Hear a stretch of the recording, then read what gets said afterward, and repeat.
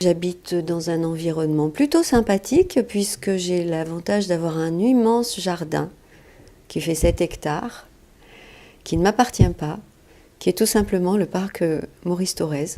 La nouveauté, depuis 6 mois, c'est mon lombricomposteur. Je suis quand même la mère nourricière d'un sacré paquet de petits vers qui se portent très bien, qui grossissent, qui sont en pleine forme, que je nourris et qui vont me nourrir indirectement puisqu'ils vont me donner un très très bon terreau que je vais pouvoir mélanger à ma terre pour mes jardinières, du terreau que je pourrais également donner.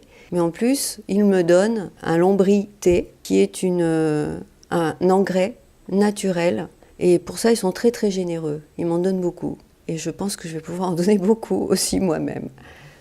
Le lombricompostage, c'est génial parce qu'on descend beaucoup moins ses poubelles.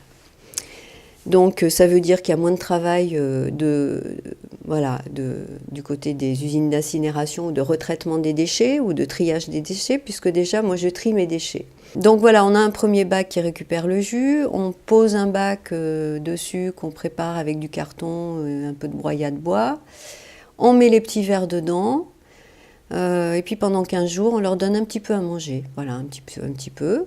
Donc ils grossissent, ils grandissent, ils se reproduisent, et puis après on met tous les apports de légumes, de fruits, de coquilles d'œufs. Et puis quand le bac est plein, on en met un autre. À travers les trous, les vers montent, vont manger la nouvelle nourriture quand ils ont épuisé la nourriture dans le premier bac, et puis ainsi de suite. Le petit inconvénient, c'est la gestion des moucherons, parce que ça a été une réalité à un moment donné. Et puis finalement, j'ai trouvé la solution. Tout simplement, je leur donne pas à manger pendant 10 jours. Ils sont pas affamés, ils ont encore de quoi manger là où ils sont. Mais du coup, il y a de moins en moins de moucherons.